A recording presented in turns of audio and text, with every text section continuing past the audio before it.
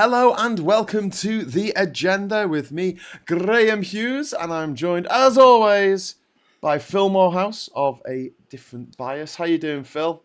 All right. Were you up all night watching the results coming in? No, why would I do that? The results aren't even out now. Anyone who did that is actually going to be asleep when the results come out. Well, I did that. I was up. We kind of sacked it off at 4:30 in the morning because they went for like the third recount of the results in Runcorn. So yeah, big shout out to everyone in the chat. We've got Asperger's Europe in there. We've got Diz. We've got Unquiet Badger, Bullet 5, Gallifreyan Wren, Pete's Music, amongst others. If you'd like to join our friends in the chat there, all you need to do is hit the subscribe button and wait for a few seconds, and then you'll be able to opine. But don't be a troll, or we will kick you off. Okay, so Phil, not great results. It depends who for. It's a very good result for Reform UK. Yeah, okay, but for humans with empathy. It's not. I mean, it could have been a lot worse. Well, we don't know the full results yet. They've got. The thing is, like, it's a double-edged sword for Reform UK here, because on the one hand, Nigel Farage wants to present this idea that he can go from winning 5 MPs in one election to 325 in the next. And when you win a load of local seats, mayoral seats, a Westminster by-election for a seat that Labour have had since before either of us were born, then that all adds to that narrative. But the thing is, Nigel Farage, whether he was head of UKIP or the Brexit Party or Reform UK, up until this point, has always been a backseat driver. There's things he's been able to do and hasn't done, but people don't pay attention to that. But he's never had political power. He's never had power of policy and implementation. Now he does, or his party does. They've now got control of Staffordshire Council. They're probably going to get control of Lincolnshire Council. They've certainly won the mayoralty in my area of Greater Lincolnshire, which means that if Reform UK do gain control of this gammon potato people council I live in, then that means they'll have the mayor and the council. There'll be no excuses for public services. They'll still try and blame everyone, but there'll be no excuses, because Labour and the Conservatives can turn around and go, well, you've got power here, why is it still shit? Yeah, but in reality, is that what's going to happen? Because Trump is still blaming Biden for the state of the US economy. Yeah, but people don't believe it. People don't believe it. He's not no, losing any they support on the Republican side. No. The core support is neither here nor there. Nigel Farage cannot win seats with his core support. We're talking about the ones, the like ordinary voters who are not completely fixated on a particular type of vote. Huh? He overturned the 14,700 majority. No, don't give me that 40,000 bollocks. It's a by-election, low turnout. It's the vote share that matters. So they turned over a large vote share, percentage-wise, but again, so first of all, they shouldn't have done. Labour put no effort into winning it, and I saw an article earlier this week that was saying that the reason why, because I was going, where are they? Angela Rayner went there like over a week ago. Like, where they should have been there yesterday and the day before and the day before that. The big guns from Westminster should have been there, and they weren't. And so I saw this report saying, well, the reason they're not doing that is because they've decided to give it up as a bad job. And it's like, they lost by 6 votes. That's utterly ridiculous. They put no effort into it. But the other problem is, like, there are some. So at the moment, Reform UK are just presenting themselves as this alternative. The Conservatives have failed. People are saying, well, hang on, Labour promised change. It's all over their bloody manifesto. It's like written 100 times on the first page. And yet, where's the change? They don't realise that the change is currently going through Parliament. It takes a long time, but it will be there by the end of this year. So Labour are going to be able to demonstrate that change before the next general election. It's not, of course. How do they go about doing that? Because people are already noticing the improvements to the NHS, even though the media aren't pointing it out to them. Are you going to tell me that also? This morning who had to wait 5 hours for an ambulance? Yeah, but because they haven't turned it overnight. But people are. Round here are the gammons. So around here are the people they just voted for Andrew Jenkins to be their mayor. And they absolutely hate Starmer and they absolutely hate the Tories. Yeah, but they're still giving Starmer the nod on the NHS. It's just for them not enough. Are they when the ever workers' vote rights for Labour? You've got to think about all the things that's coming. Workers' rights bill's absolutely massive. Renters' rights bill, absolutely huge. Okay, the vast majority of people who vote for these kind of parties, though, like Refuck and the Tories, retired, paid off their mortgage. No, they're not. That's working. completely no. That's wrong. No, they're not. Absolutely not. Well, I saw the demographics for like the Brexit vote, and if it was the over 50s, it would have gone through. If it was the under 50s, it wouldn't. Look at the demographics for the election vote.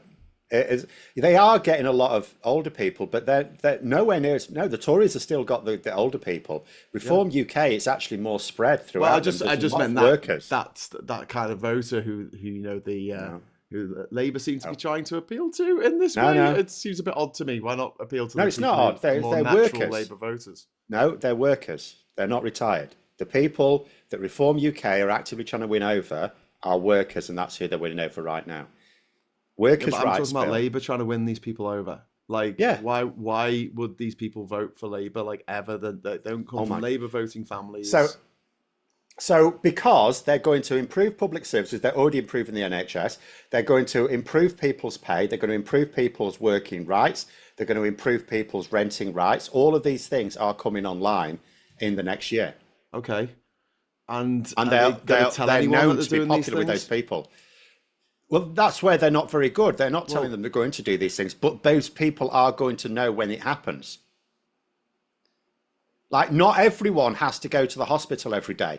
And yet, people are noticing. I've talked to people who are noticing that the NHS are getting better because although they are not having to go to hospital, everyone knows someone who needs a GP appointment or has to go to the hospital. Everyone at any one time knows someone who needs medical attention, and they're all noticing. But are Labour going to be able to explain to people what's happening and why it's happening? Because it'll happen. Incremental change. The problem is, it's like, watching your kids grow up. You see them every single day. You don't see the change because it's incremental. But it's not incremental. Well, it is. As soon as these laws, it's not. Yeah. As soon as the laws are. Okay, it's not as soon as they're passed because there's always like an implementation period. But as soon as those laws come online, it is literally overnight. Like you're going to see river water quality changing very quickly because that law is now in place. Okay, and will Labour have the ability to explain to people that that's happening? Yeah, because they don't seem to at the moment. That's because because at the moment what they've got to do is they've got to try and say to the public, we're doing this thing and this will result, right? But the public might go, okay, yeah, it's all right talking about it. But when it's happened, yes, they will. But they people will see it because we're not talking about things that are like abstract or we're talking about things that people will notice. How can you not notice when all of a sudden your boss cannot force you to have a 0 hours contract or fire you and then hire you on worse terms or worse pay? Well, or when you've got access to sick pay from day one. No, it does. It comes up for millions. You're downplaying how many people these things affect. Millions. And the people that it affects are the people who right now are attracted to Reform UK. It's not just a random 5 million workers. It's the ones who are attracted to Reform UK because they've seen the Tories fail them and they've not seen Labour make things better overnight.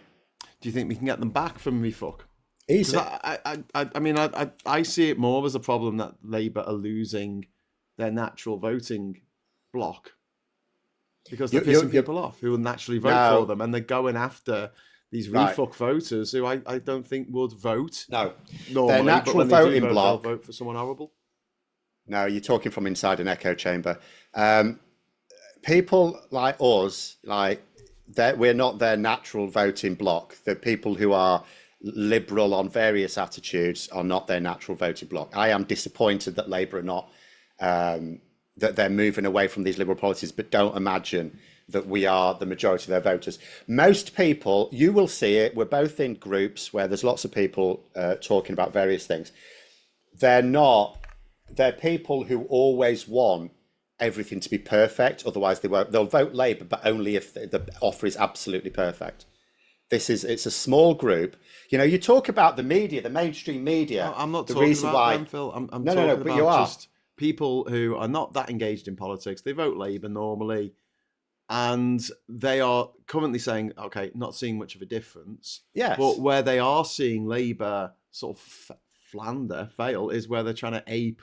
Give me an example. Refuck Give me an the example. attitude towards transgender people. No, I'm sorry. Like, you know, we're both on the same side on that one. The vast majority of people are not.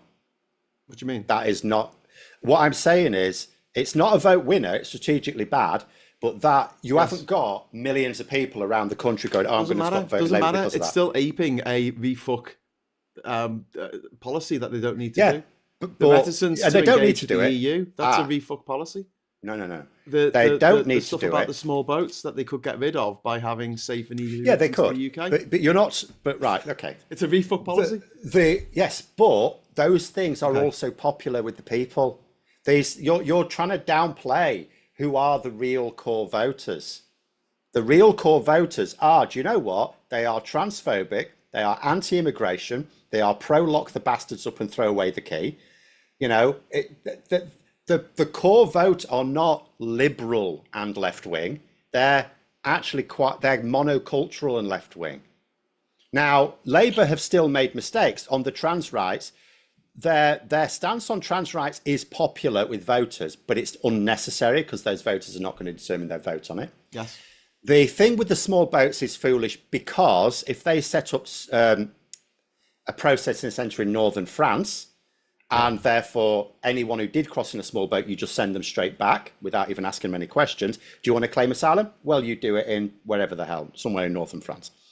That would stop that, yes. So I think they're making a mistake there. But in general, the anti-immigration stuff is, in fact, that is actually one area where they are going wrong, because there's only two areas where, for the majority of the public, you're imagining that you've got this picture in your head of a type of voter that is just not reflected in any polling. There's too many people at the moment on the left who are trying to, and I keep seeing it, people making these claims about the voters and where they are and how Labour are getting it wrong. And they never back it up with polling evidence, because the polling evidence, I pore over it every single day. Whenever I see any polling on anything, I'm straight on it. And it is not backed up by that. We've got a problem at the moment. Labour are very bad at analysing their data. But do you know what? So is everyone else. Okay. Everyone is making a mess of it. Do you think Labour are making a mistake at the moment in the way they're doing things? Because you seem to be going, well, yes, you know, right. They're looking yes, at what but not in the way you're saying. They're looking at what the voters want, and that's what they're giving to them. And yet, they've just lost one of their safest seats. And I know it's a by-election, and I know they didn't put much effort into it, and I know they lost it because the guy got into a fucking fight. But the reality is, they just lost a really, really safe seat, a seat that's been Labour for over 50 years. 14,700 majority. Yeah, but you're trying to ascribe that to something that's not true. The reason they lost it is because people haven't seen those improvements yet, and the media's not telling them, and Labour are not telling them. So now they'll have to wait until it happens, but when it happens, they will see it, because that is the whole point. Labour have made it very clear. It's one of the good things they are doing. They're not going to try and convince voters at the next election to vote for them based on this thing that they have to see on a chart or have to be told about. They're basing it on how they feel. They've said that. They said they're going to judge their economic... I'm going to say now, I will put money down that will not work. And I'll tell you why it won't work. Biden ended up getting kicked out, and you know, Kamala Harris had to get in. And their thing was, the economy's doing well, unemployment's really down, America's doing better than any other country in the world. We're getting inflation down. We're doing this. We're doing that. And yet people didn't feel it. They were. Exactly. Statistically, they were. If you look at the stats, they were. But people did not feel it. No, they didn't feel it. They didn't feel it. Yeah. That's so the why whole are we point. going to feel it? You're saying people will see the benefits of Labour. Yes. But will they? Yes, they will. Why? Why are we so different from the Americans? Right. How many times do I have to go over it? So they are going to boost the NHS. That is massive. That is absolutely huge. Still right now, polling, one of the top issues. The cost of living will have eased. You've got to remember, like, Biden sort of took over while the cost of living was, no matter what he did, worsening. Because you're trying to argue that Biden lost, but you were pointing at things that he did well that you have to see on a graph. That's my point. No, You can't. they thought that Labour, people would feel it. they didn't. Yeah, but They didn't feel statistically, they should have done. The economy was doing better. No, Inflation was coming down. There was more economy's jobs GDP. being created. People in America do not share in GDP growth. Okay. They don't in this country. GDP is that point on a graph. That does not work. That will not work. They have to actually feel that they've got that. Not only have they got more money, but actually costs and like basically inflation is under control. If inflation is under control, and the thing is, Labour don't have to achieve in all the areas because they've said from the start it's a decade of renewal. All Labour have to do is demonstrate that they've made progress and it's worth giving them the other 5 years, because Reform UK, a lot of people voting for Reform UK are not voting for them because they think they are the answer. They're voting them because they think Labour are not. But that is based on the fact that they're getting a load of shit from the Tory media, and they don't know for it. Like the TUC recently carried out polling on people on various aspects of the Employment Right Bill, found it to be stunningly popular, but they also found that the people they were asking didn't know it's in the pipeline. Yes. But it is in the pipeline. Yes. It's going to be law this year. I don't think that people are going to notice, and they're not going to notice because Labour are not going to get their thumb out their arse and actually point it out to people. They're not prepared to do it. They're not prepared to communicate with the people, with the voters, with you or me or anyone. And you're saying that people will just know magically, but most people aren't. No, it's not magic. In politics. And if their life does improve, most people will go, "Oh, I did that. That's because I changed my life in some small way, and that worked out brilliantly." People aren't very good at giving credit to others. No, you're talking about these policies as if people won't notice the effects on their lives. You're downplaying the number of people who will instantly notice these improvements. Instantly. Okay, well, I'll be surprised. I'm willing to see that. That's fine. Happen, you said you'd put money down on it. Very surprised if it does. Here's the deal then. You know, I told you I got my wife and I told you cake once. I told you to say cake once. I've got a little animation and it comes up and it says, "I was wrong and I accept responsibility." I want a cake. I can bring that up. You want cake? So what do you want cake? I will give you a cake. Okay.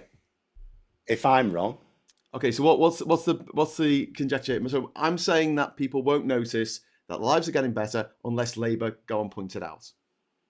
Well, we don't know. Labour's cons might improve anyway. That's neither here nor there. What I am going to say to you is that Reform UK's vote share is going to collapse by the next general election.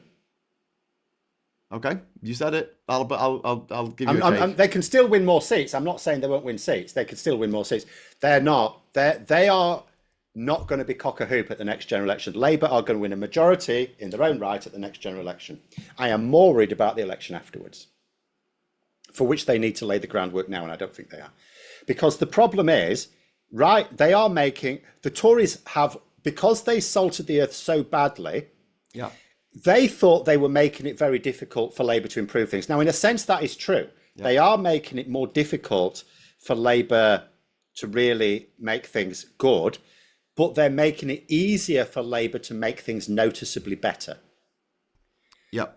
So, I mean, Trump is always still a worry, but I also get a lot of impressions that Trump, I don't know what's going to happen in America itself, but Trump is running scared about is even now trying to talk about, the fact it's Biden's stock market crashing. He's worried about that.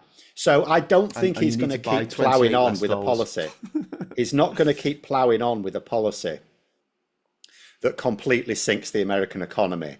Like it looks like, I mean, he might not be able to do anything to avoid a recession now. That's why he's getting ready to blame Biden for it.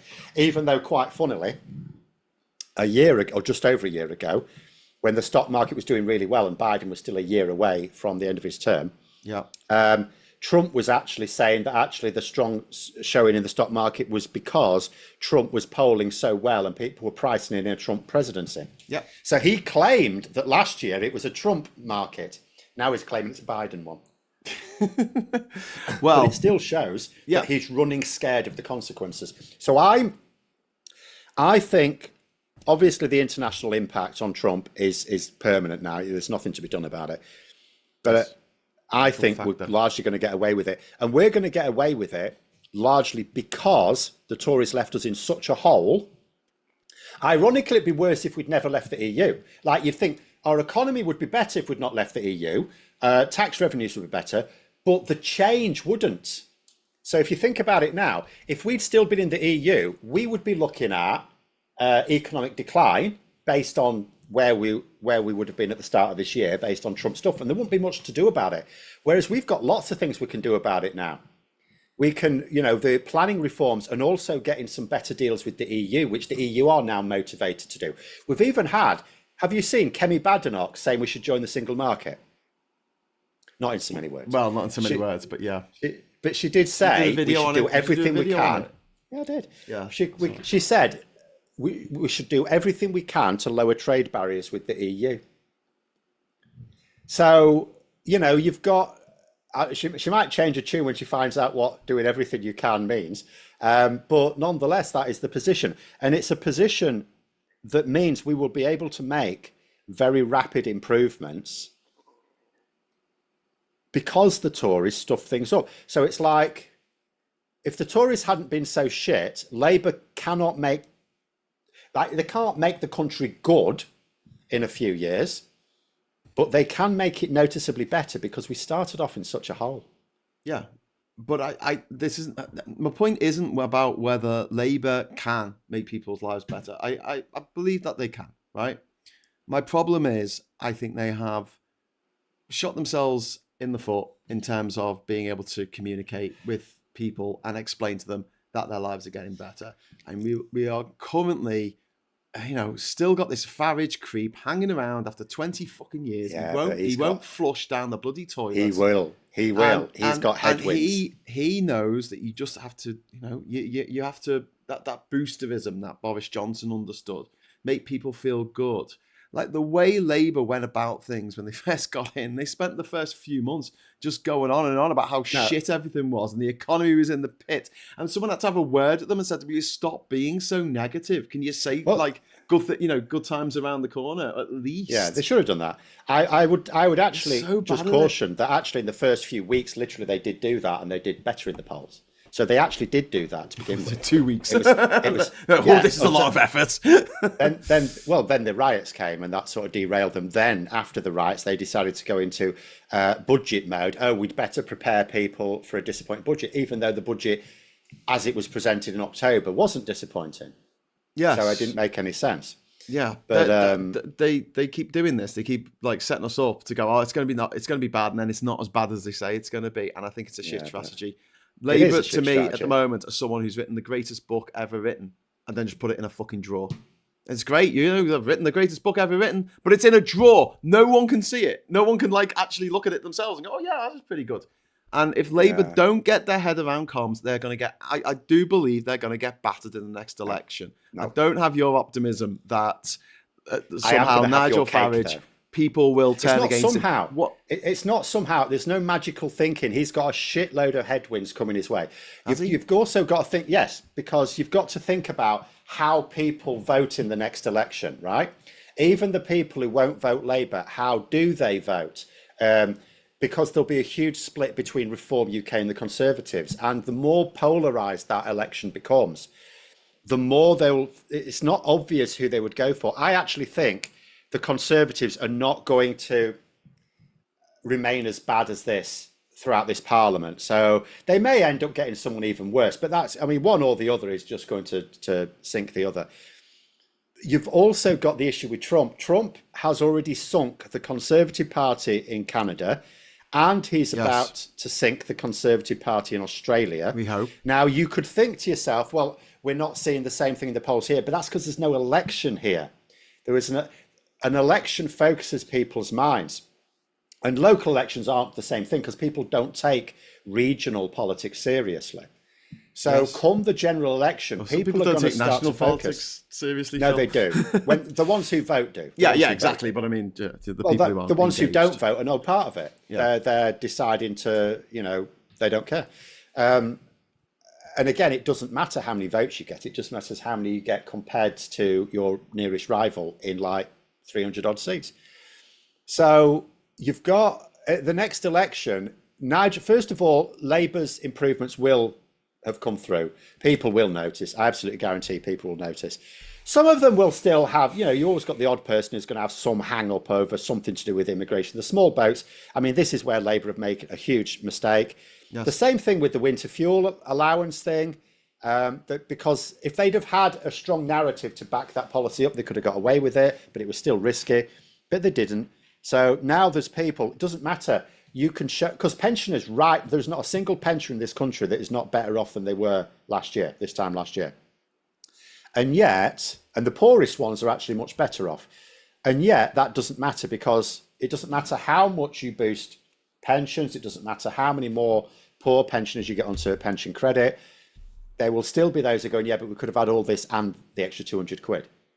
So that was, that was a bad move, and they won't recover that. Nope. The small boats, they won't recover because they've accepted that the small boats will still be a thing at the next election, which is folly.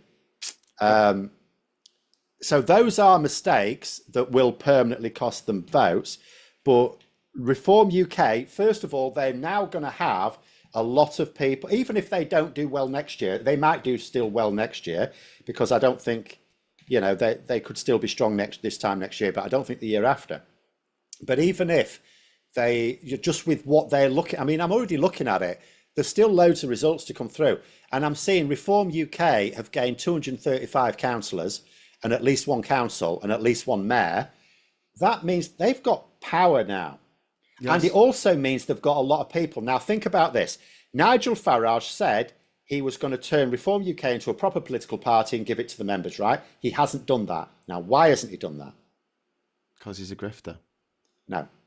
It's because he hated all the infighting in UKIP, because UKIP was a proper political party, and he did his head in that they were fighting like rats in a sack all the time, and he couldn't be doing with it because he's got a lot more discipline than the nutters he attracts. So his idea is he's going to retain complete control over the party so he can carefully control the messaging and everything else.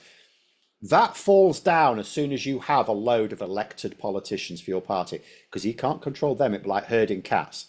It was one thing for people to try and report on some of the abhorrent things candidates had said, but they're candidates. Well, now they're councillors. At least one's a mayor. Thankfully, Aaron Banks was shown the door. Yeah. Darren Grimes got elected, though. Did he? Yeah.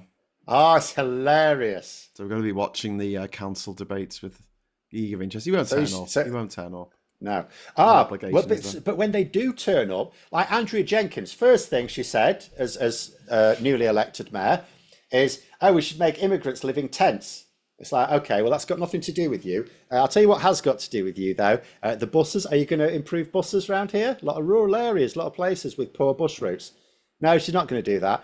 And it's the same with all of them. When they say anything, they'll just say mad shit. Yes, but it works, Phil. Like, look at Trump. It only works when you don't have blaming, power. As you just said yourself, he's still blaming Biden. Yeah, but it's not working. It's not working. But people don't believe. He's still incredibly popular amongst the Republican voters in America. No, he's not. No, it doesn't matter about the core. The core will do that, whatever. That's irrelevant. They don't swing elections. If the core could swing elections, you would never have anything but a Republican president. It's the ones who change. They're not impressed. They know it's his fault. Of course it's his fault. He melted the pissing stock market down. Yeah, but he blames everyone else. It's always it doesn't matter who he blames.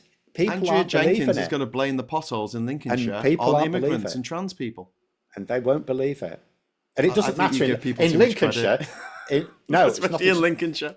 In Lincoln, it doesn't matter about Lincolnshire, though. It's for the rest of the country. All Labour have to do is go, okay, here in West Yorkshire, we've done... Andrew Burnham's already sort of led the way in a way on buses, for example. Buses are a huge issue. And all it takes, there's going to be several Labour mayors, we already know that, are planning to do something very similar. They'll say, look what we've done. We've got these buses running properly. Now it's everything's wonderful. And, look at Lincolnshire. They haven't done anything. Andrea Jenkins just goes around the county shouting at cats and ducks in the pond. That's what I would say, in fact. That's what I would say. Andrea Jenkins is just spending all of her time shouting at things. Yes. But what difference does it make? Like, I see these populists all the time. But they not never admit they're fucked up. They've never. But we said this about. Well, I didn't say it, but people said it about Nigel Farage. Oh, it'd be a good thing if he gets elected MP because then people will see how useless he is. Well, here we are, 10 months in, and people are voting for his party more than ever. They're like, I like the way he doesn't turn up in his constituency. I like the way he's made $1 million. You're confusing this result with people thinking Reform UK are doing a job in Parliament. It's not. It's because they don't think Labour are. And that changes immediately. I'll just pick up a comment there. Someone, sorry, I've lost it. Hold on.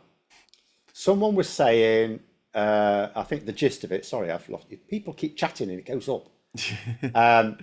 About the fact that if Labour don't tackle inequality, they'll lose. Yes, if they don't tackle inequality, they'll lose. They are tackling it. Never mind all of these people who go, oh, but there's this and there's this and there's this. That what they've got in process right now is going to tackle inequality for those key voters. Whether it tackles it for enough people is another matter, but because people get too fixated on like issues that actually are way out. You've got to remember, I understand, like I am way out of kilter with most voters, which is why I constantly look at polling, because I never ever allow myself to think, oh, well, the people I talk to are like this, so this is the average. Actually, most of the people I talk to are actually gammon. But you know, so it's like I want to know what people think. Like I know one of the things you've got. I prepared something, you see. One of the things you have, and this is where people go wrong because they worry about Reform and Conservatives doing some sort of deal at the next election. Yes. And the reason why, let me, I don't want to sort of, put words into your mouth, but let me have a guess as to why you think that.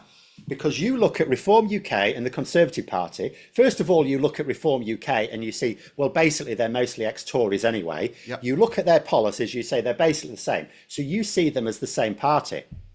Their voters don't. In fact, let me show you something. This was some polling that was done after the general election. This shows that in fact, I'll read the heading on it. Reform UK voters are the least likely to say they would vote Conservative again in the future. Least likely. Reform UK's core vote, a lot of their core vote, hates the Tories. And I see this, I live amongst them. You look at them, you go, well, they're the same thing. Reform UK and the Conservatives are the same thing. They don't see that.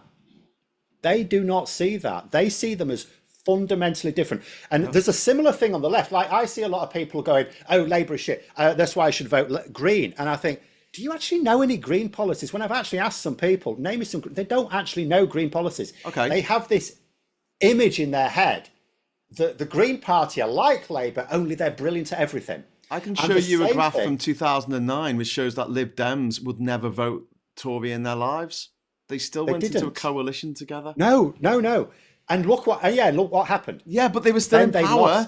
Once the Tories and Refuck do a coalition, and Refuck stand aside in places where they want the Tories what happened at the following election against Labour? What happened at the following election to the Lib Dems?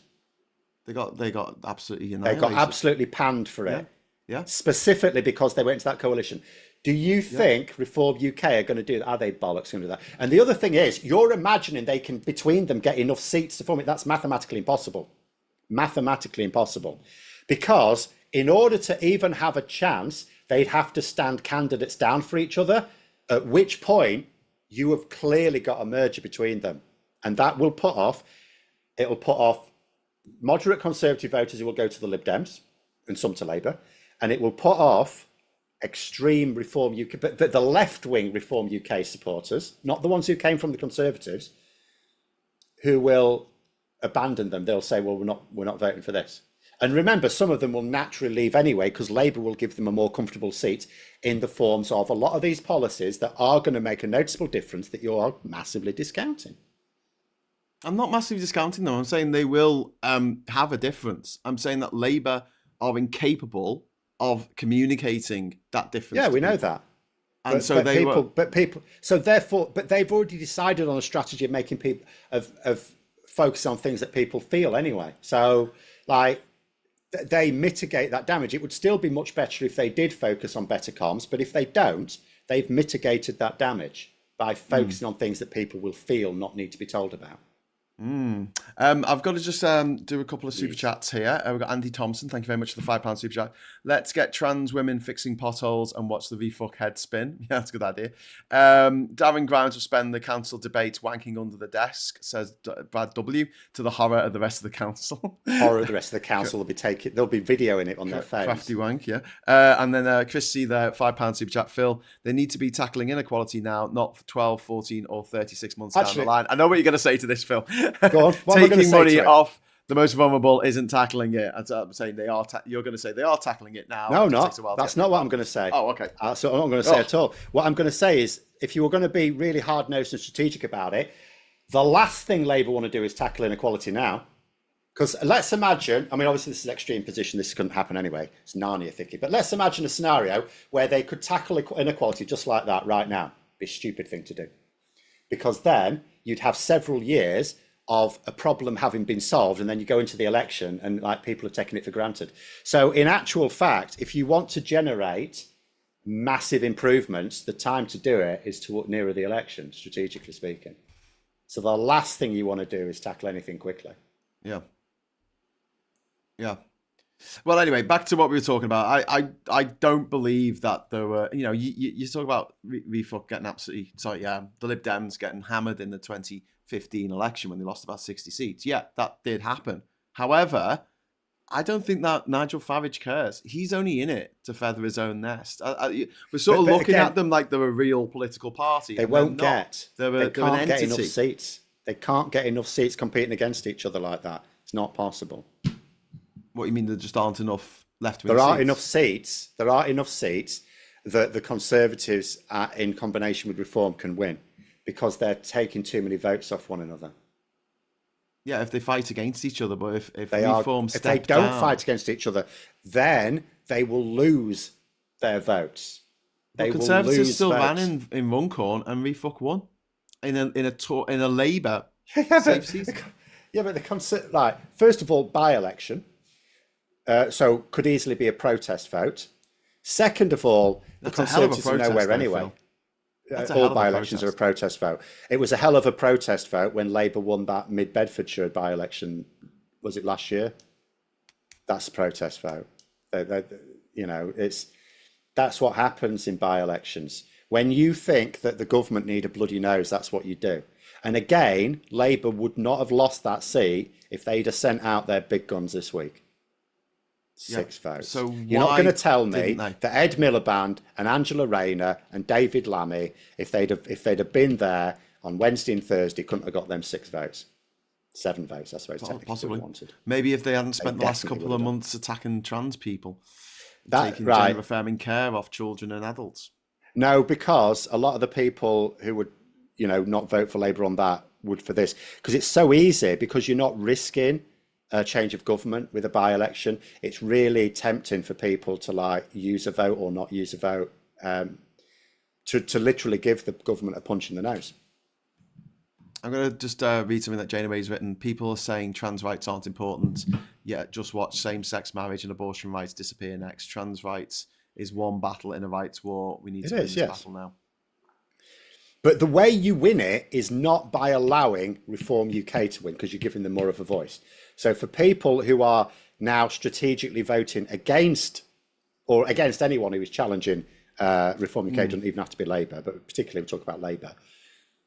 Because I keep seeing people saying that, intelligent people going, well, I can't bring myself to vote for Labour because of this. So you want Reform UK to win, therefore you want Reform UK's message to appear popular, therefore you encourage Labour and the Conservatives to both ape those policies. That doesn't make sense. If you want to stop Labour aping Reform UK policies, you have to show that Reform UK's policies are unpopular, and the only way to do that is to make sure that they lose. But Reform UK have to lose. Do you think it's helpful to be sitting there and saying, they've got no chance in winning the next election? I really do think that Labour should be thinking, shit, now, right, Reform might win the next election. Let's book our ideas up. Right, let's sort out our comms. Let's get our messaging out in an effective way that resonates with people and doesn't lead people like you leaving the party. That's madness to me. That's two completely different things. It's like the sports thing. I'm in the stands. I'm not playing the game. Labour are. Obviously, the players on the pitch always have to give it everything, even if they're super confident. And Labour are not doing it at the moment. No. They have basically sacked off these elections yesterday. They're sitting down and hoping that the other team will score an own goal. No, they didn't even do that. They just didn't care. They saw it as like a friendly. As far as they were concerned, the general election is the only thing they seem focused on, and they've got this plan in place for the next general election, which is fine. The problem is that they are giving Reform UK a bigger voice, and also they're losing councillors. I mean, this year it's not going to be horrendous for Labour, it's going to be much worse for the Conservatives, but they're losing councillors who, apart from anything else, are the people who marshal your support for the grassroots. But so Labour should 100% focus on trying to win as many votes as is reasonably possible. I'm not in that, so I don't have to try and hoodwink people who are listening to me. I will tell them what is what I think are the unvarnished facts, which is that mathematically the things that need to happen to allow Reform UK to go into coalition with the Tories or to win outright are just not there. The groundwork they need is not there. At the moment, you're looking at a situation where Reform UK they are only gaining these votes because the Tories have clearly failed and Labour are seen to be not producing this change because people are impatient for it. But what's that got to do with Reform and Tories coming together? Yet, Reform UK have still failed to win some of their targets today. They failed in 3 mayoral elections where they had high hopes. They didn't fail by much, but they did fail. If this is Reform UK, basically, when Labour are not demonstrating that change, that is, Reform UK are basing their entire offer on the fact that the 2 big parties are failing, right? Yeah. Labour, they've put their big legislation first for a reason, so that it's in place and properly implemented by the next general election. Reform UK, what have they got? Because at the moment, their level of support is not enough. Never mind there's some bollocks find out now polls. They're crow's entrail stuff. They were absolutely shit. Okay, but what about the YouGov polls that are saying they're on like 23, 24%? Yeah, but that's a voting intention. Yes. Right? And 23% don't win you an election. It's never win you an election. How much are the Tories on? About 24, 23%? No, about 20. About 20%. They're all about the same. They're all about the same. Yeah, but that doesn't work because you can't have, look, you can't, wait, I'm going to tap the sign again. You can't just add them together. You can't add them together. If you try to add them together, there's a load of Reform UK voters who will not vote Reform UK. And there's a load of Conservative voters who will not vote Conservative because those Conservative voters will not see Reform UK as an acceptable partner. And Reform UK wants, remember, these people, doesn't matter how much you or I may think Reform UK and the Tories are basically 2 sides of the same coin, their voters do not see it that way. They see them as fundamentally different. It's interesting they that similarity. Survey is July 2024, so straight after the election. Straight after the election. And people go, I'll never vote for them again, which people say about Labour, people say about all kinds of parties. No, but you don't get... People said it about the Lib Dems. But this was teamed up with the Tories. This was them after they knew that Reform UK were capable of winning. Yeah, but they're gonna. Okay, imagine they set out the store like this. Okay, so in the seats that the Tories think they're going to win, right? We'll take them, and then we'll leave Refuck to go and after all the red wall Labour seats. Okay. But how do you do that without telling people, without being public? Well, they did it in the 2019 election. They stood down all of their candidates. But in the 2019 election, Boris Johnson was very much appealing to the same type of voters, right? He wasn't seen as a Tory. He actually won that thing based on pretending to be a socialist Thatcherite. So all those left, you're laughing. All those, yes, what were his key policies? The 40 new hospitals, levelling up, bringing the new jobs, all the rest of it, lowering bills. All of this stuff was, it was deliberately designed to attract those left-wing Conservative voters. Yes.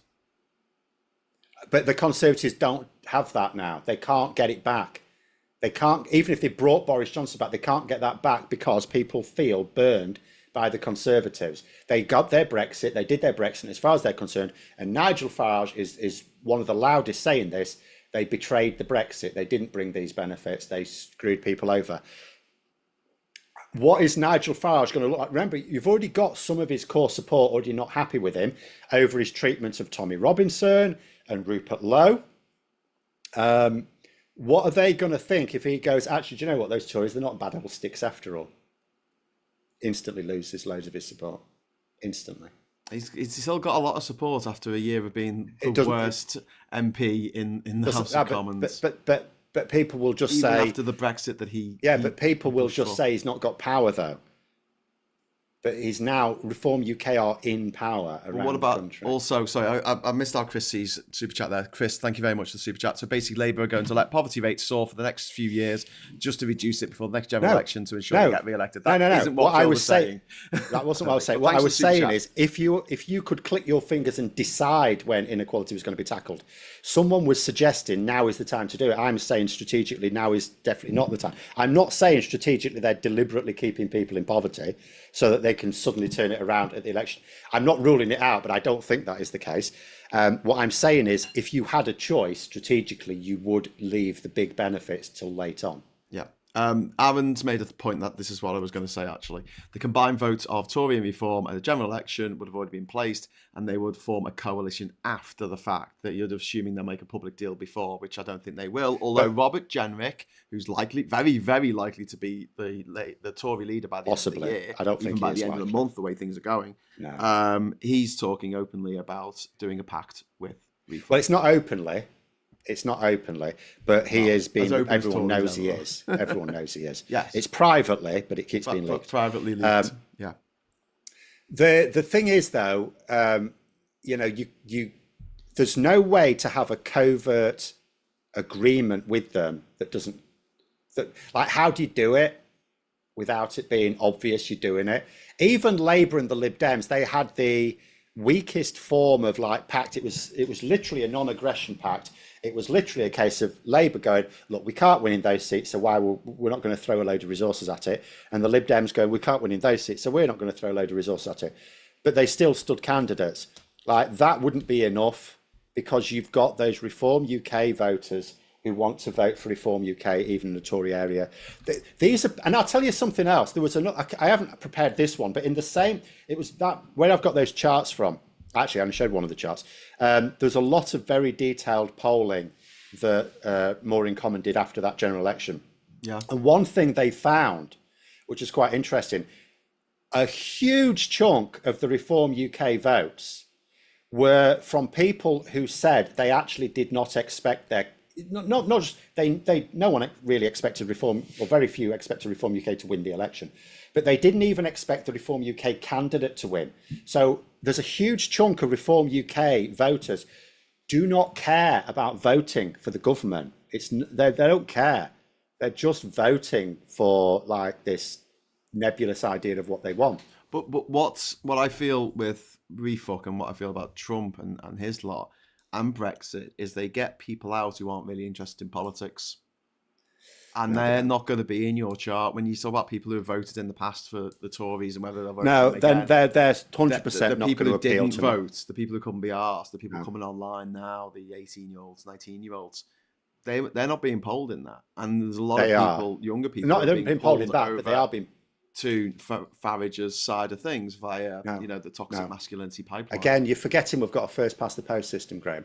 Yes. Those same demographics you're describing, that polling that is taking place right now shows, yes, Reform UK are winning some over, but Labour are winning more of them over. More young people, than Reform. Yeah, but Reform have also got the older people who died in the wall. But they were going to be voting anyway. But do you think there's more of a leap from someone who voted Tory to voting Refuck? There's more of a leap, less of a leap there than someone who's Labour who goes over to Refuck. No, although we are seeing a little bit of that, but not much. Not at all. Do you think it's the same kind of leap? Reform UK keep denying their conservative economic policies, and privatising the NHS. He keeps denying it. Even though he's recorded, even recently, we don't even have to go back to that video from 10 years ago. It's been this year, it's been recorded doing an interview talking about it, and yet he still denies it. So what I'm saying to you is, no, it's actually really easy leap, even though obviously, yes, There have been way more Reform UK voters come from the Conservatives than Labour, sure. Yep. But it's a really easy conceptual leap for those. Again, you need to get rid of this idea. There are those of us who are left-wing economically, and I would say reasonably liberal. I do have some illiberal attitudes. For example, I think any journalist or politician that lies in public should be thrown in jail for at least 10 years, which is not a particularly liberal policy. But you want to jail journalists? Yes, for lying. There's also other things, but anyway. Who decides it's a lie? The point is, it has to be objective. I mean, it has to be decided in a court of law. If there's any doubt about it, if there's any, stop trekking me. If there's any doubt at all, obviously you have to give people the benefit of the doubt. It's an opinion. That's fine. There's no problem there. The law already does that in cases of defamation, for example. The law is able to give someone the benefit of the doubt if it's possible for it to be an opinion. But anyway, the point is that you've got this huge block of all the people on the left wing who have liberal attitudes. The problem is they all see themselves as this collective, but they're not. They're really fragmented. So if you go back to this idea that in a general election or any election campaign, but particularly a general election, and you can only get out 4 or 5 core policy messages. So you're really having to try and target probably about 2 types of voter, because otherwise you just spread yourself too thin. You can't get through to anyone. So you've really got to keep hammering a message that has to have very clear. It's like I say on YouTube. On YouTube, you have to have a very clear mind of who your target audience is. Yeah. In order to maintain an audience, or build and maintain an audience. You have to do the same in politics. The problem is that and this is where people on the left and liberal do themselves no favors, is they're far too fragmented, because you'll get them to agree on like this, and this, but then they'll wildly disagree. We will wildly disagree on, X, Y, or Z, so we're very fragmented. It's not worth chasing us. Whereas you've got this huge block of people who are left wing. They want strong public services. They want good workers' rights. They want good jobs, they want good housing, all the stuff Labour are doing right now, but they're also fairly intolerant of anything that doesn't look or feel or smell like their culture, right? And that's actually a huge block, because they are actually all very similar. They're not very fragmented at all. It's this massive block of voters. So there's a sense in which strategically I can see why, given that the vote is so fragmented, I can see why Labour are chasing them, because it's by far and away the richest seam. It's just that on some of those issues, they're getting it wrong, because, for example, on trans rights, those people are transphobic, but they're not going to vote on trans issues. The small boats issue, they will vote on, some of them will vote on that, and Labour are not. And do you know what? They won't really care if we have... because I talk to some people, and some people are just going to vote Reform UK. The ones who just go, we shouldn't be letting any asylum seekers into the country. Do you know what? Labour are not going to win those over. But there are some. Exactly. So why go after them? Exactly. Well, the reason is because this is what I mean. I think they're bad at reading data. Yes. They've lumped them together with the same people who are fine with what they think are genuine asylum seekers, but not the people crossing the small boats. They don't see them as because from their point of view, they're thinking to themselves, well, why don't you go through the proper channels? Yes. They don't realise there are no proper channels. So if Labour created proper channels, yes, they're not going to lose any votes. They're not going to lose a single vote by doing that. Well, then, I mean, they might lose some, but they're not going to lose many. They won't, because no one will notice. That is my point. That is my point. That they could and should do that. In fact, they'll gain votes. They'll gain votes from people who are happy that the boats stop, because that would stop the boats tomorrow. Because why the fuck would you get onto a boat with your little kids to go across a choppy bloody stretch of water, 30 miles, and also, nearly die? Or better than that, if people did arrive in a boat, then the government could make a big song and dance about picking them up, putting them in another boat, and take them straight back to France, and it'd all be legal. Yep. Take them back to the processing centre in France. So that's So that is a mistake. I think. Instead of saying, "Oh God, we're going to go after the gangs, we're going to smash the gangs by making their model of profit impossible." But the general strategy is still sound. That's a lot of vote because the liberal left wing are far too fragmented. And actually, do you know what? Quite a lot of them are far too fixed, and they will never vote Labour unless that offer is seen as, because in their mind, like the Green Party, where they're more naturally inclined to vote, they don't even know Green Party policies. I'm not saying no one does, but some do. And that's not your big block, though, is it? That is the people. But what I'm saying is there is no big block of left-wing liberal voters. There isn't. Doesn't exist. Yeah, but that's what I'm saying. Like, so do the policies that aren't going to lose you any votes at all, but might pick you up one or two from that. They're not going to come across as a homogeneous block. We know that's not going to happen. But what they're doing at the moment is they're putting out policies that are not that dissimilar to what the Tories are offering and what Refuck are offering. And so a lot of people who naturally would vote for Labour are like, yeah, this is making me feel really uncomfortable. No, because first of all, it makes more sense for Labour than the Conservatives because they can actually deliver on it. But there are still some things where they shouldn't be doing it if it's not. Again, they're reading the data wrong. They're placing too much emphasis on focus groups. Yes. They're misusing focus groups. The problem is, I think the people in charge of this strategy, and Morgan McSweeney comes up a lot because obviously he is the head of the advice team, basically. And I think, like a lot of people in politics, I keep saying this all the time. There are so many people who don't, most people in politics don't come from a mathematical background. And they'll all happily say that they're really bad at something basic like arithmetic. Oh yeah, rubbish at maths.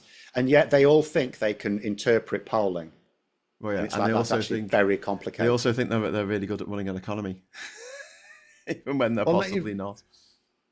Well, no, I don't care about that. You will have at least economic experts for that. But a government will hire economic experts, but they don't always hire polling experts. It's seen as almost like homeopathy.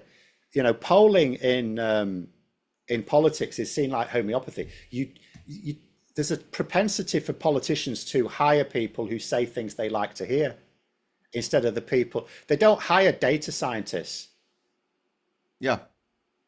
Except when it comes to the sharp end of election. When it comes to the actual election itself, they will then. Yeah. But then they'll leave. But they don't. Mark Side is saying. Mark Side in the chat earlier said Labour is getting something horribly wrong with their focus groups or optics. The social media presence is just dire, which is being backed up by a lot of people in the chat who are just like, you know, what Labour are doing. Just with the comms, just with the being able to communicate what they're doing at the moment, right now, does not bode well for the future. Because if they don't change that, if they don't turn that around and make it so people feel like they're better off because they're being told they're better off, you know, and again, feel it as well. I keep having to make this point. Labour are not expecting, right? People have this idea that what Labour are aiming to do is to make some things better and then have to show people that they've made it better. Like a child. Oh, I've made this thing. It's nice, isn't it? This is a nice thing. No, that's not what Labour are doing. I know it's not what they're doing. I'm saying it's what they should be doing because they should be. They need to be blowing their own trumpet to some degree, and they are not. Yes, and they're not. And there's three main problems here. Okay. The first is I can only talk about YouTube. I can't possibly comment on use of other social media platforms, even though I can clearly see some of them are shit. But on YouTube, for example, again, I'm just going to put, this is for April. April's figures are in now. Let me just show you my April figures. And April has not been a stunning month by any means. And if you can't see it, so what I've got, this is really low res. That's better. 30-day period. And 887.4 thousand unique viewers have watched some of my content. Yeah. 520 odd thousand have come back for more. So it's over 500,000 unique people have watched something of mine and then gone, he's not a complete idiot, I'll watch something else. Yeah. In that 1 month, which is quite a quiet, April tends to be quite a quiet month. And they could get much better than that. And they're not doing. Yes.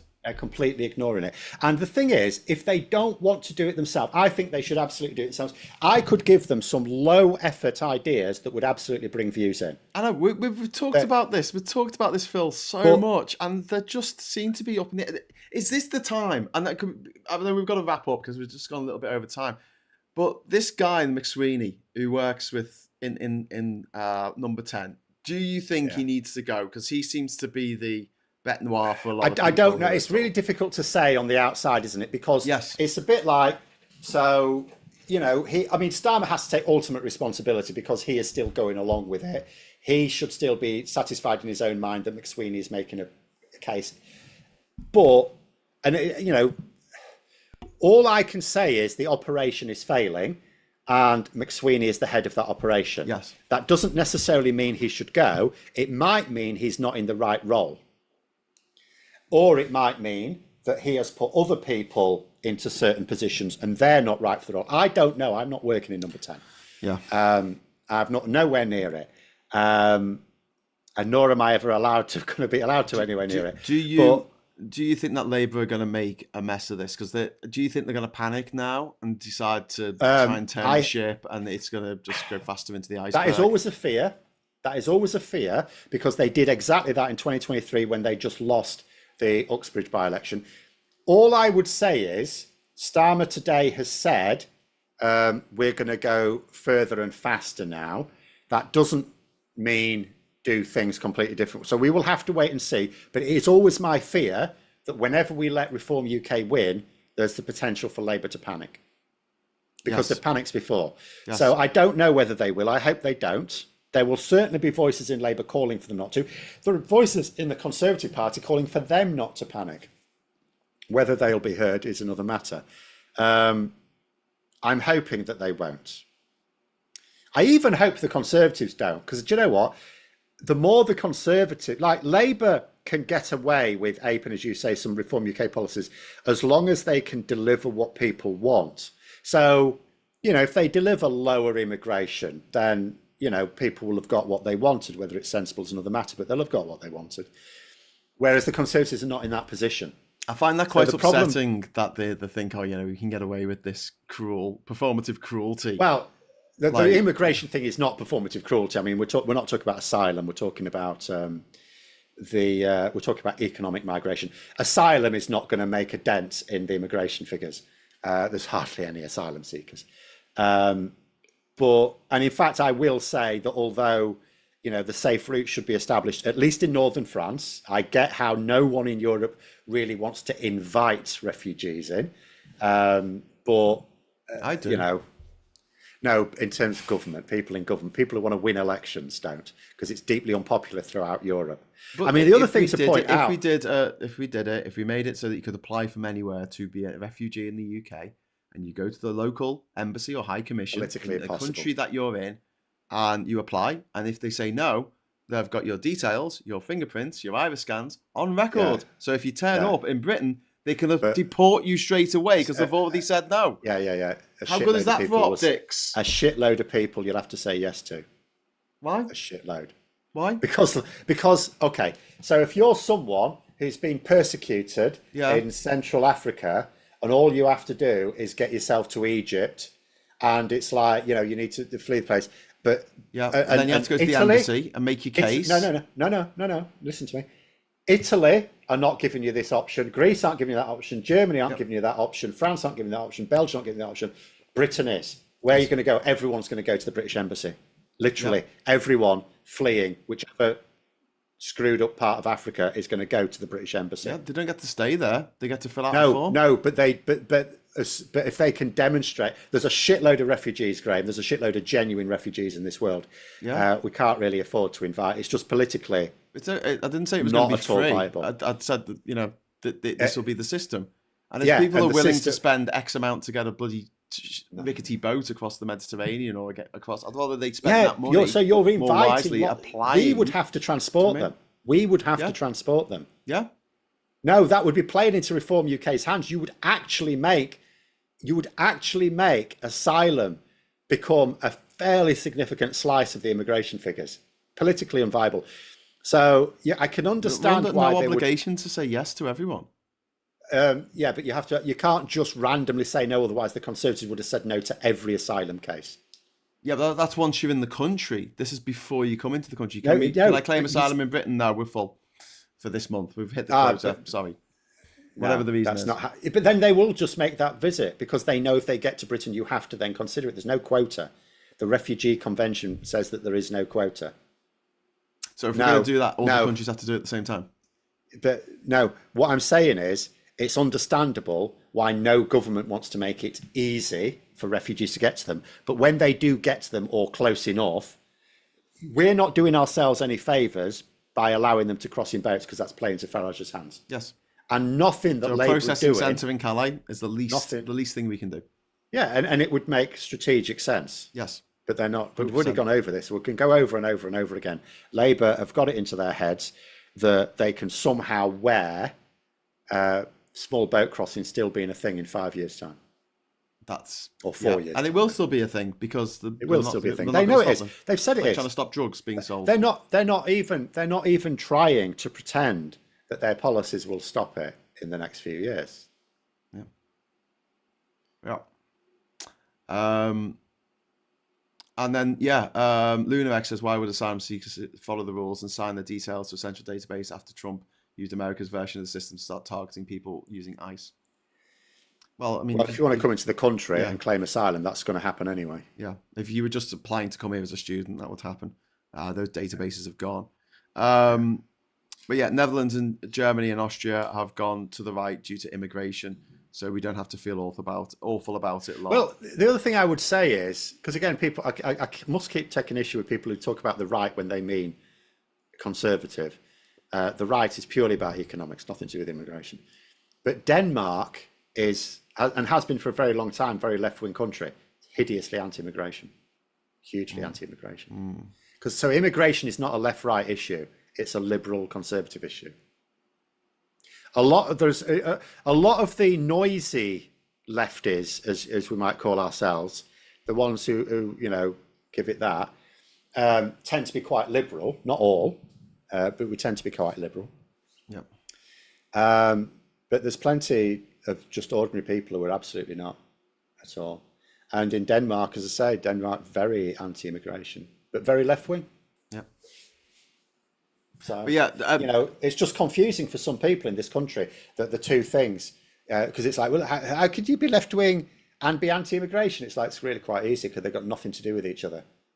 Well, we tend to group right-wing parties with the hatred of foreigners. Yeah, but xenophobia is hand in hand, isn't it? Because it's not at all.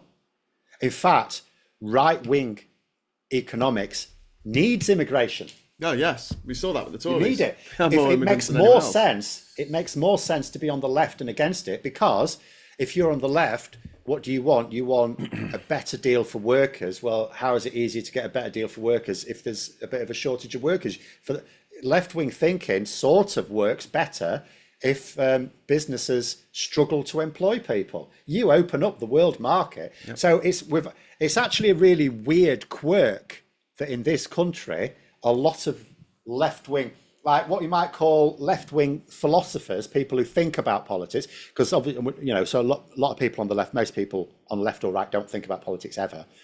But of those who really think about their politics, it's actually a really weird quirk that a lot of people on the left are either pro-immigration or at least not anti-immigration. And a lot of people on the right are anti-immigration. It's weird. It makes no sense.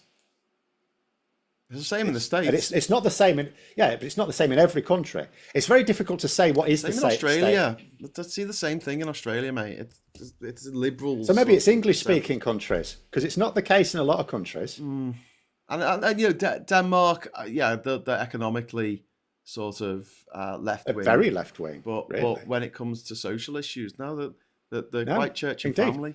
And so is a lot of Scandinavia. I mean, I often talk about, we should look, I spent many years saying, instead of looking west to America, we should look east to our Scandinavian neighbours for economic guidance, but not necessarily social guidance, because they're very, in fact, most countries around us are not very liberal. Like France is really very illiberal, like even to the point of the language. They don't like it if you introduce a word that doesn't sound French enough.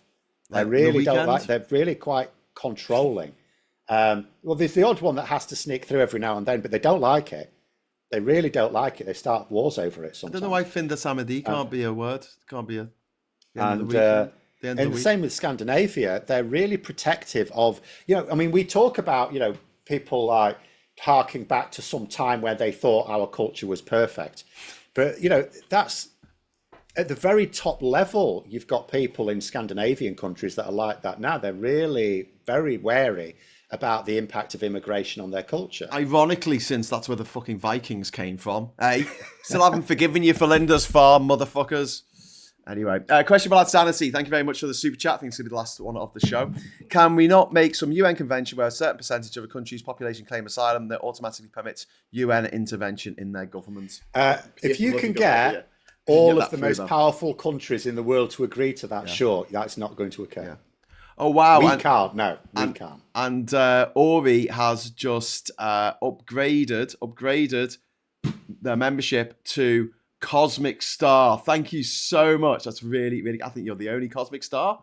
Thank you. Really appreciate that. Is there any other type of star?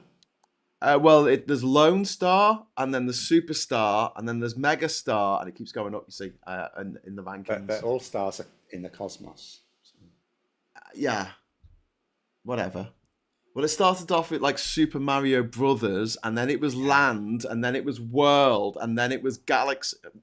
I see. Then it was Sun. Could have cluster. Could have a cluster. Cluster. After Galaxy, the next would be Cluster Star. No, Dark Cluster Star. Galaxy. Multiple galaxies orbiting around one another. Star Wars. Star Trek. Ah, yeah, it has gone. Lincolnshire's, I think. Hold on, Yeah. let me just check this. Yeah, Lincolnshire's gone. So And Staffordshire's gone as well. Right. Yeah, Staffordshire went earlier. In fact, somewhere Durham's gone. So Durham Council, Lincolnshire Council, Staffordshire Council. So Reform UK have at least 3 councils, control of them. And in Lincolnshire, so they've got control of the council now, and they've got the mayor. They've got no excuses. People, if Labour and Conservative strategy have got any brains, they're going to be paying very careful attention to what goes on in Greater Lincolnshire, because now it's all on Reform UK. All of it. They're in control. But they'll blame everyone else, Phil. It's what Doesn't they matter. always do. Doesn't matter how and shit so they what are. what Labour and the Conservatives need to do is to point out that how come everything ain't gone to shit everywhere else then? Easier for Labour, because obviously the Conservatives don't want to big up Labour councils or anything like that. But nonetheless, the Conservatives can still do that. Yes, they'll try and blame everyone else, but then they'll come back to them and say, well, what did you try to do? That was our fault, you couldn't do it. And they should do it. They should be specific. Starmer should come out and say, you can run the buses. There's Labour mayors right now are taking control of the bus services and making them better right now. And you could say to Andrea Jenkins, because buses are a massive issue in Lincolnshire, it's really spread out. Bus services have been massively cut back by the Conservatives.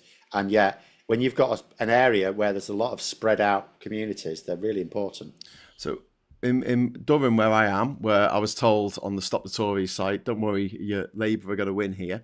Labour have lost 32 seats and Refuck have gained 58 here in Durham. Yeah. The Lib Dems improved by 1. The Greens improved by 1. Conservatives lost 15. Independents lost 13. But Labour took a massive whack. That is people going from Labour to Refuck. Why? A lot of the independents probably became candidates as well. That's probably why independents are taking a beating. It may also be that the Tories have gone to Refuck, like Andrea Jenkins.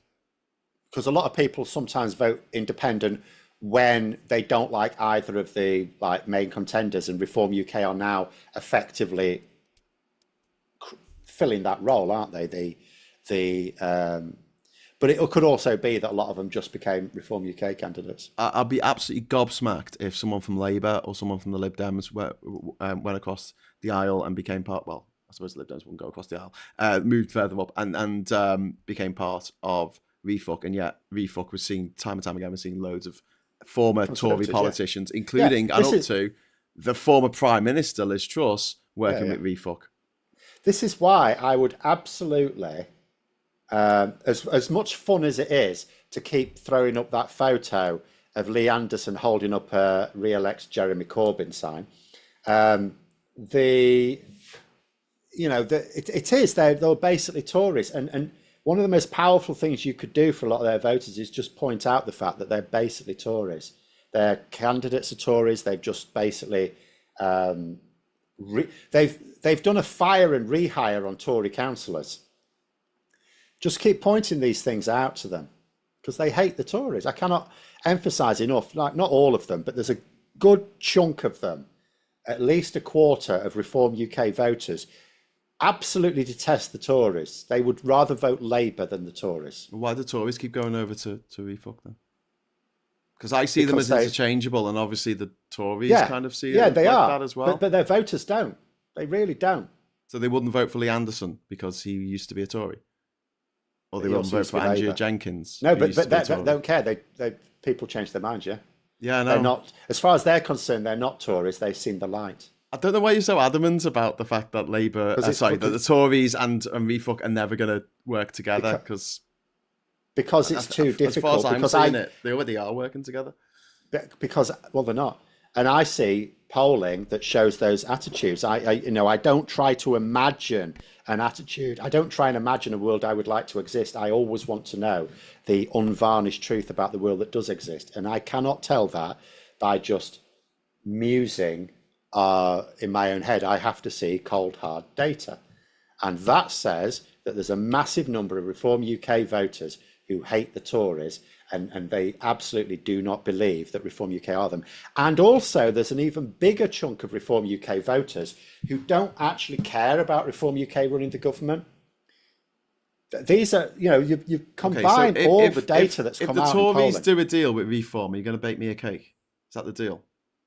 No, because they could try it and collapse. The cake is on basically where Reform UK at the next election. I am going to say they are nowhere near power, not even close to it, not even in the coalition stakes. I think there's going to be a deal with the Tories, and I think they're going to do rather well. I don't. Disturbingly well. Just like Trump, that looked absolutely out of his ear in 2021. And Labour have got everything they need, even being shit at comms, to win a majority at the next election. It's the one after that is more of a worry, because as soon as you start delivering changes where it's not immediately obvious to people the impact, it could easily be discounted as something else. If you're not communicating it to people consistently, and it's not enough to communicate it to people when it happens, you have to have a big lead up. You have, like Donald Trump at the moment, the reason why and it's only his core support, the rest have wised up to him. But, the reason why he's getting away with it with anyone, because he's saying, oh yeah, short-term pain, but we're going to force but they're hurt. That's what he's saying. He's saying China's hurting more, for example. They're hurting more, so they will have to come run to the table. We just need to hold tight and they will come running. And that sort of makes sense for people until they see that actually it doesn't happen. Yeah, because they're con men. And this is the thing. Yeah, exactly. But that's how you still do it. When some Labour MPs are saying Starmer needs to behave more like Trump, they don't mean mass deportations. They mean he needs to boast things. Yes. What he should have done is he should have said, we're doing this, and this, and it's going to result in these consequences, so that when those consequences hit, then he can say, I told you so. Say it in a voice where it doesn't sound so boring and monotone. Well, that can't be helped. You can't change a person. You can try, but you can't actually change a person. Give him some elocution lessons. The beauty is, he's actually had them. He's better than he was. You can talk proper like what I do. But it would be absolutely brilliant if Labour could have someone who could get away with switching between, the sort of serious headmaster role and irreverent, like seaside comic. That would be perfect. Yes. John Smith was very good at that. Yeah. He was brilliant at switching between those two. They need to get their personalities out, because Starmer's not going to change his personality. They need to get some five big personalities from Labour, some of which we don't even know yet, because there's 200 MPs that I don't even know the name of, don't know what they look like. From that pool, there must be a few, just a handful who are charismatic enough to pull off doing what we're doing here, because it's not that difficult. You don't need them to be charismatic even, because you can, like I keep saying with the YouTube thing, that report that came out, you need to come across as authentic. You can contrive authenticity, and you can make authenticity look contrived. You know, like I said, the best thing, and Rishi Sunak didn't understand it, the best thing they ever did as a social media stunt, and it was brilliant, and I don't know why they didn't carry it on. Do you remember when they did that thing where they had Rishi Sunak and Lee Anderson before he shit the bed? And they did that thing where they were reading out letters and having a bit of a laugh and a joke about it. Yeah, that was superb, absolutely superb. Labour could do that, and the beauty of it is, what they'd do, you'd get like, you'd team up people who are a bit of chalk and cheese. So you'd get Starmer and Rayner together. They could do the same sort of thing and just record them for an hour, you know, talking about various things, linking it to what they're doing, having a bit of a joke now and then, and get someone who's a good editor to just edit it into a 10-minute video. You can get 10 minutes of footage out of those two just going through these things. And the beauty of it is, it's not a live thing. They're not taking anything that's a bit awkward, obviously they're not going to touch. And they can, you know, just a nice, light-hearted but well-intentioned look at concerns of people who've written in and how their policies are going to address these needs. They can flip between serious and jovial with certain things and produce something entertaining. Then the next week you get on like David Lammy and Ed Miliband, and then the week after that you could have like Steve Reed and Shabana Mahmood or something like that. You can just keep pairing them up, like, and each of these double acts, and it would do two things. First of all, you'd only need to do your slot once every couple of months. Secondly, it would, if you make it popular so people will tune in to watch it, you're actually going to be introducing the cabinet to the public. Yes, this is what they should be doing, Phil. Because there's no spitting image anymore to do it for you. The way I see it is that they should have a front person who runs the channel, and they have people on. And that front person can be an MP. It'd probably be better if they are an MP. And they do 2 shows a week, and it gets turned into a podcast. The same model as The Rest is Politics, The Troll, I don't think... It's just a conversation between 2 knowledgeable people talking about what they're talking about. I think you need it to be much more engaging than that. Well, I mean, they do it. The Troll does it. They get 1 million listeners each week. 1 million listeners. Yeah. But the Troll is fundamentally different to The Rest is Politics. Rest is Politics. That gets even more. They filled up the bloody the Albert fucking Hall with people who come to watch a podcast. Very different audience. I don't think those are the people they need to get through to. I chasing the wrong audience. I don't know if you need to get through to the audience of the people necessarily directly. I think that if you give people the arguments, then they will use those arguments when they go to the pub. I bet that's happening already. There's people like me doing it. Yes, that's what I mean. You're doing that. You're doing a job that Labour should be doing. But I'm not getting through to the people Labour need to. For that, you actually you need to not focus directly. You're right, not directly, but the people who watch your shows will parrot your arguments, will repeat your arguments when they're in the pub with their mates. Yeah. Because you're giving them those. I still think you need to get through to the right voter. Nova just made a comment there saying didn't help Kamala. Kamala didn't do this. You can't turn it on. This is what I've always said. You can't turn it on at election. If Kamala Harris had been doing something like this ever since 2021, do you know what? She'd have built up an audience, but she didn't. She didn't. And that audience isn't just voters, it's activists, it's people who are prepared to go the extra mile and go and watch you do a podcast live in the O2 Arena. But Phil, before we go on, Jack's, sorry, I've skipped out Jack's super chat there, £5. Thank you very much. Sorry if you've already said already, but what immediate steps do Labour need to try and win back core support, etc.? We're going to have to wrap it up in a few minutes, Phil. So if you could, do you want to have a go at that? Do you want to have a pop at that? Immediate steps. I've got my ideas. So it will always be the biggest weakness Labour have is that simple lack of communication. I am absolutely, you can never tell until you try it. Like, okay, when I started this channel, like properly, I mean, I technically created it in like 2018, but I didn't know I was doing it. At the end of 2018, I thought to myself, I'm going to make a go of this. And I was supremely confident that I could turn it into a full-time living, no problem at all. and I did, and I am confident that I could get Labour to do the same thing. It would be low effort. They wouldn't have to commit a lot of time. Each individual member of the cabinet or MP, because you would get willing backbench MPs involved as well. Each one would only need to do, like, it would be donating literally a couple of hours of their time every 2 months. You know, of course they could do that. Yeah. Yeah. And I could give them so many ideas of things that they could do that where it wouldn't even matter. You wouldn't even need to get the most charismatic ones, because a good editor can do that. I always come back to the story of, do you remember in Casablanca, the story of Humphrey Bogart? And at the end of it, he's looking at the flames and everything like that. And everyone goes, this is brilliant acting, brilliant acting. And what Humphrey Bogart said, no, the director just told me to look bored. And the reason why people thought his expression was so old, it was editing. It was just a good editor can literally, you just get 2 cabinet members, you give them the materials, you give them these letters to talk about and how, you know, you're doing this, that, and the other. Tell them to try and not get bogged down into details, you know, but at their level of politics, they should understand how to make messaging simple.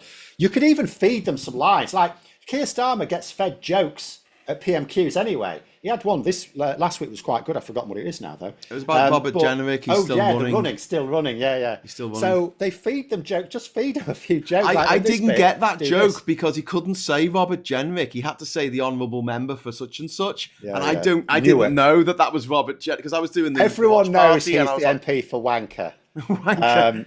But yeah, Phil, you're talking about the comms side of things. As far as policy is concerned, I think that they need to go and have a look at the Equalities Act and make sure that trans women are women in the Equalities Act. They need to stop going after PIP. They need to winter fuel payments. They need to change the name of the thing that gives, you know, that you're saying they're going to give, that they are giving already pensioners more money, right? So a little bit of that is ring fenced. And it's just called something else. Just relabel it, right. And that's your winter fuel bonus. Right. That's your bonus. First of all, okay, right. and then finally, boats. They need to set up a processing centre in Calais. That's it. These 4 things now. They're not. They can't do them now because they would derail a year's worth of work. They're not going to do it. Why would they derail a year's worth to? Because they've already go have a look at the Equalities Act and make sure that you use a statutory instrument to clarify what women means. They've already made it clear where they stand on the issue. Well, it's too late then. They're fucked, aren't they? Yeah.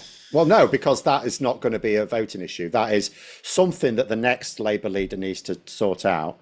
So trans people are just supposed to put up with this shit for the next 8 years? No, but at the same time, you know, they're not going to. If they invited you in to help them, and there is a job going, by the way, but if they invited you in to help them sort themselves out and you try going in with all those things, they'll just show you the door. Whereas if you try and say, right, well, here's the potential for YouTube, for example, you'd get them listening. Life isn't, like I keep saying, Phil, I've already tried that twice going down to London. I went down on my fucking birthday, which is a great day to do live shows, and I didn't do live shows because I was in London going to speak to them at Labour, and they were like, kept me waiting for 2.5 weeks and said, no, we're going to get a committee to do it. We're going to get a consultancy firm. But they are 100% not going to change policy. They're not going to change policy. Whereas you could persuade them that their comms could be better. Yeah, I could, but the question was asked: what do Labour need to do? So this is what I'm saying that they need. That is the single simplest thing they need to do. They've unfortunately boxed themselves into a corner on all of those issues. Like the winter fuel allowance will, with politicians. PIP, hang on, Phil.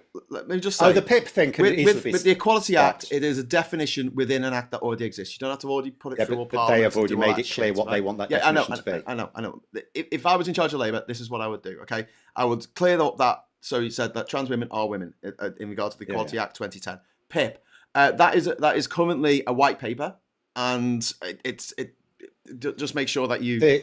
Put it in a way that people know that they're not going to get any less PIP than they already are, right?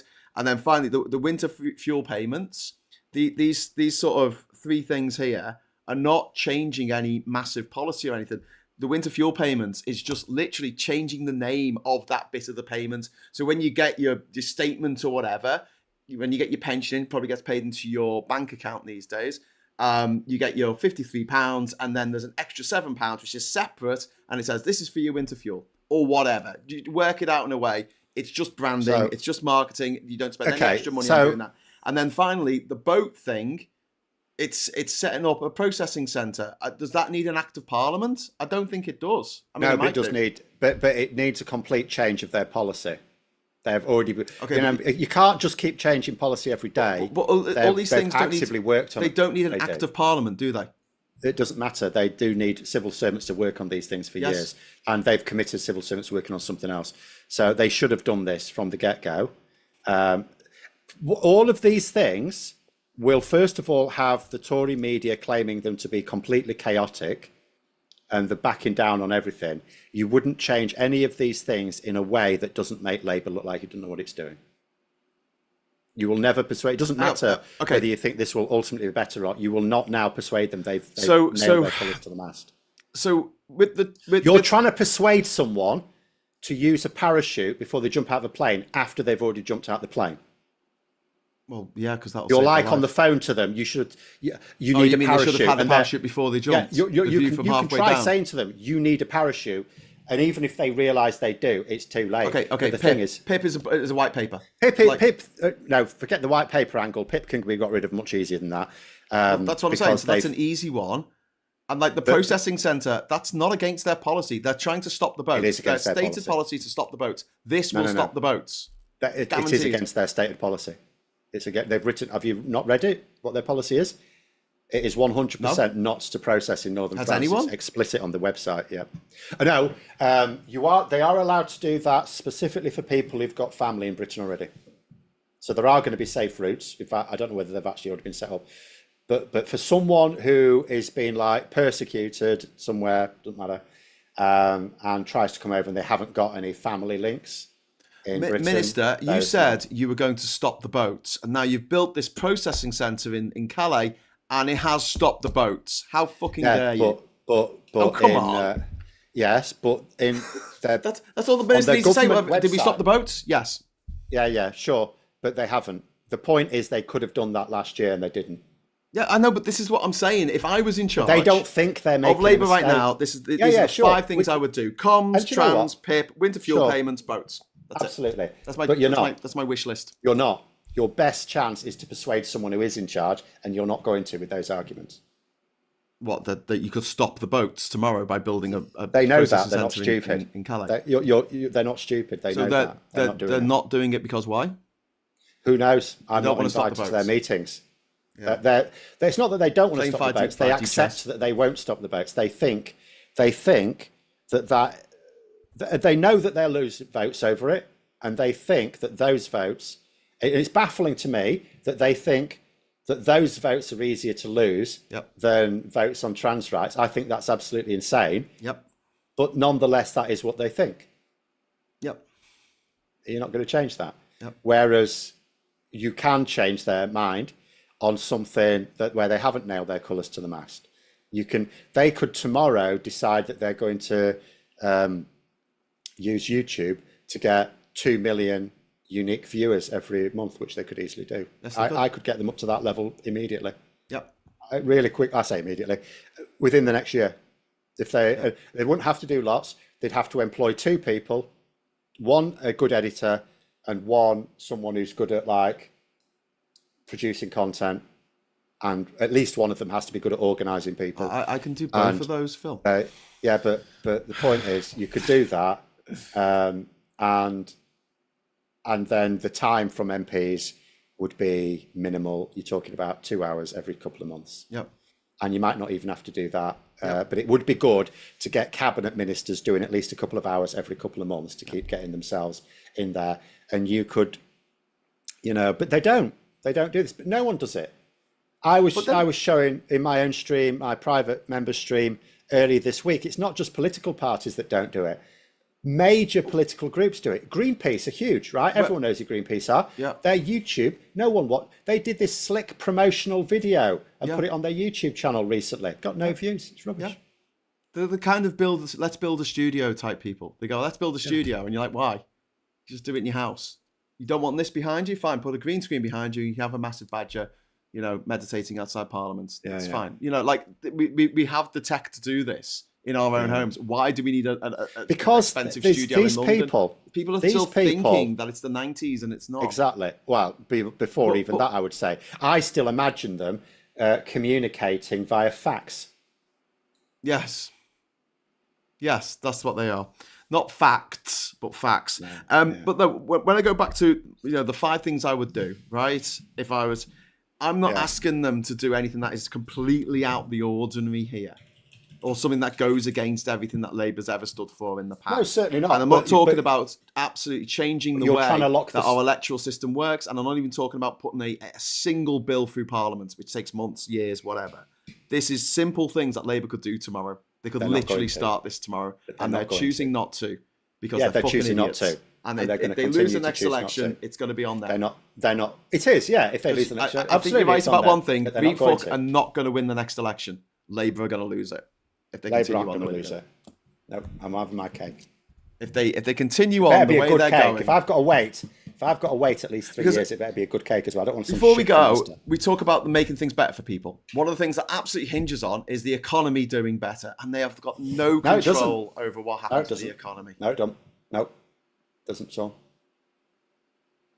every time the economy collapses, every time the economy goes down, thousands, tens of thousands, hundreds of thousands of people are plunged into poverty. You allow it. Where do you get the extra money from? You redistribute wealth. How do you get the money out the wealthy? We already had that conversation about wealthy people just fucking off if we give them a wealth tax. But they already. Well, it depends on the wealth tax. You've got the option of land, taxing land properly.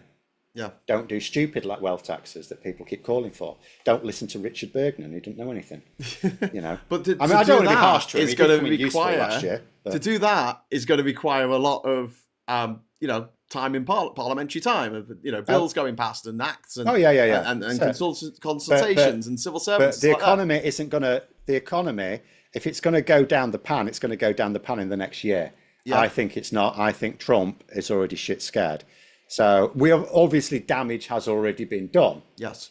But that damage is now baked and it's going to happen regardless. But you will notice that despite that, and although the growth forecasts keep getting revised down, yes, there's still growth. The fiscal headroom of Rachel Reeves isn't there anymore. Yeah, but it's still growth. And the thing is, those, what I kept saying at the beginning, those growth forecasts for every other country are bad news. But for us, they are not taking into account deals that we can get with the EU, planning reforms, and everything else that Labour is currently legislating for to fundamentally change the economy. What people just have this idea that Labour are just doing like these tinkering. A lot of what Labour are doing are fundamental changes to the way the economy operates, and people are not giving them the credit for that. So we have actually got the capacity. I agree, but I think they're not giving themselves the credit for it, Phil, and that goes back to comms. Okay, but yeah, nonetheless, people are going to notice it. We have got, because the Tories screwed us over so badly. Yes, they bound Labour's hands, but they also made it easier to get themselves up. My conjecture is they sorted out the comms. They looked at the Equalities Act. They stopped this war on disabled people. They sorted out the winter fuel payments, renamed them, and then sorted out this boat thing. Even if the economy takes a bit of a downturn, I think they'll still cruise the next election. But if they don't do any of these things, and then the comms is the big one. Like, leave the others aside for a moment. Comms is the big one. If they don't do it, and there is a cosmic downturn in our economy, that is, something out of the blue that no one expects, maybe another pandemic or a meteorite hits or something, right? Or we just run out of power in Europe. I don't think Labour can weather this storm. I do.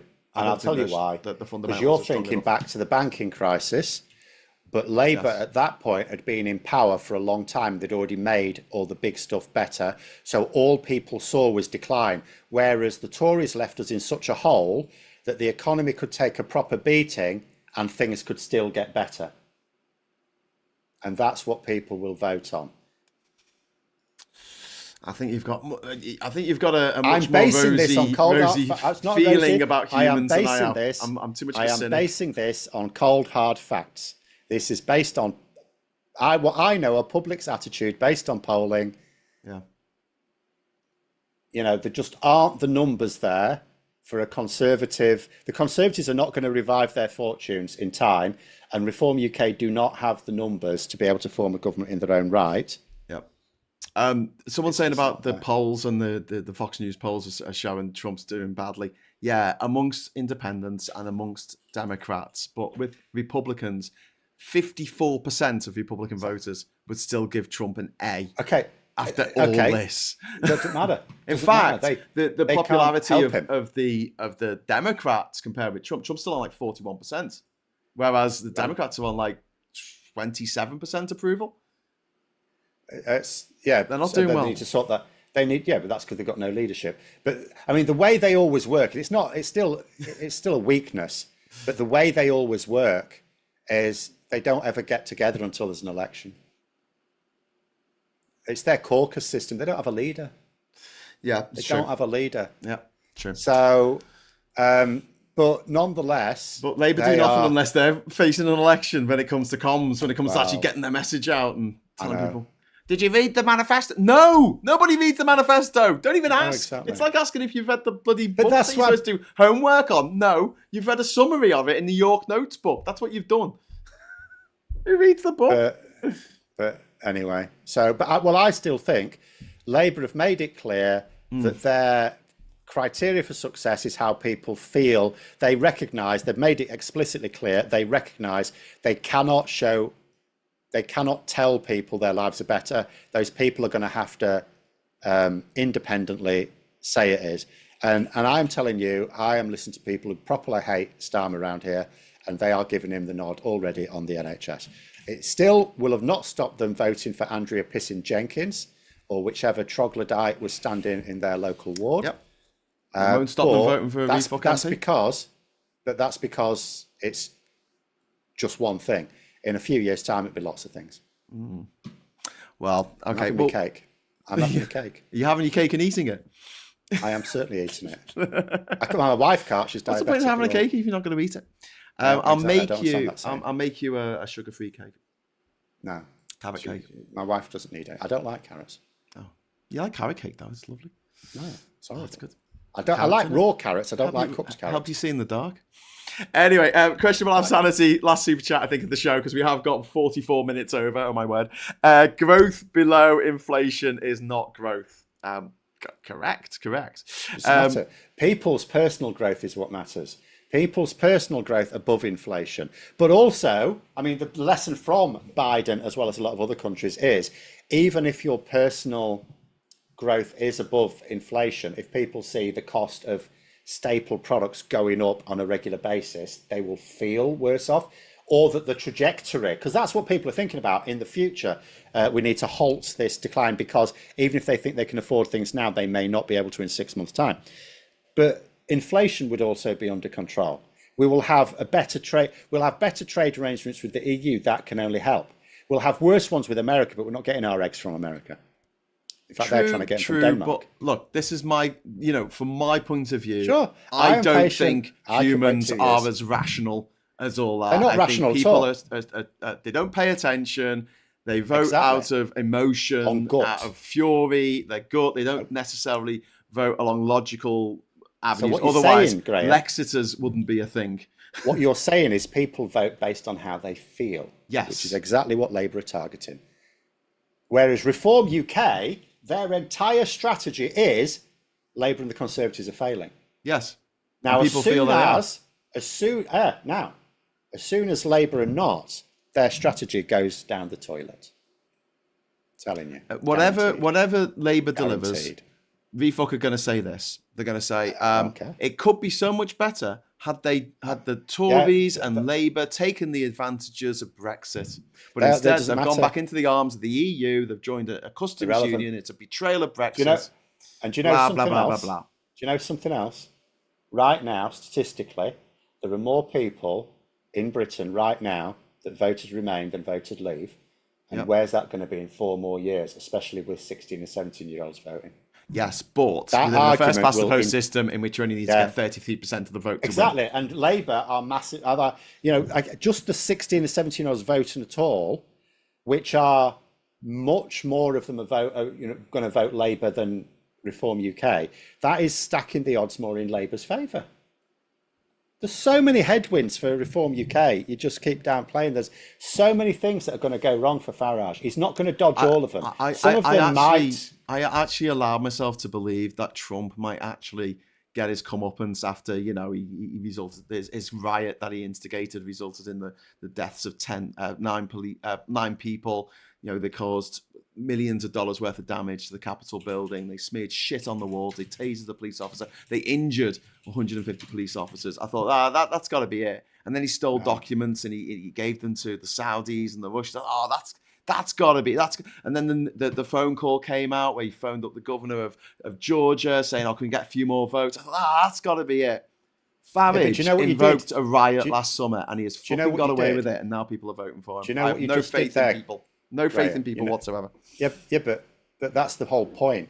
You need to pay attention to what people are thinking. And at the moment, the people going to Reform are not going to Reform because they think Reform have got the answers. They're going because they think Labour haven't. Yes. And that's going to change. Doesn't have to be for loads. Right now, Reform UK, right, at their absolute strongest, and it still wasn't strong enough to win. Because let's be honest, I mean, Lincolnshire is very gammon. They've absolutely walked the mayoral contest here. But they didn't win Doncaster. I mean, okay, they weren't far behind, but they didn't win it. Doncaster's pretty gammon. Produced Jeremy Clarkson. They're all like that. They're all like that there. Yeah, and he went to private school, so he's a double gammon. Right. I didn't know that. Jeremy Clarkson. All the Jeremys went to private school. Okay. It's a rule of Jeremy's. Okay. The only one who didn't is Jeremy from Peep Show, because he wasn't a real Jeremy. He was just a pretend one. Anyway, Diz says, don't forget to smash that like button. Yes, please do. We're gonna leave it at that. We went a little bit over time then, Phil. Over time. A lot over time. That's why I'm constantly having to upload my 3 o'clock video, because I thought I had ages of time. Oh shit! You better go and do that. You go and sort out your 3 o'clock video. Now I can multitask. Well, I say ta-ra to everyone. Hey, listen. If you're watching this and you've been enjoying it, could I ask a small favour? I'm gonna post a link to a video I made 20 years ago of me going to the Star Wars Episode 3 premiere in London. It's on a different channel. It's on Graham Hughes Presents.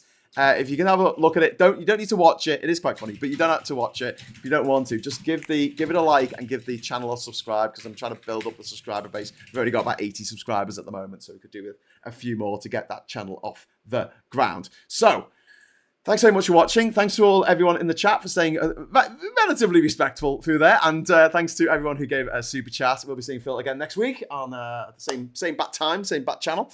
And I'll be back at 9:30 tonight for the Labour, the Friday night social. And I'd love you to join us for that. It should be a good one. So please, if you'd like to see us there, give us a like on the way out. And until next time, I'll say hello, good evening, welcome, and goodbye.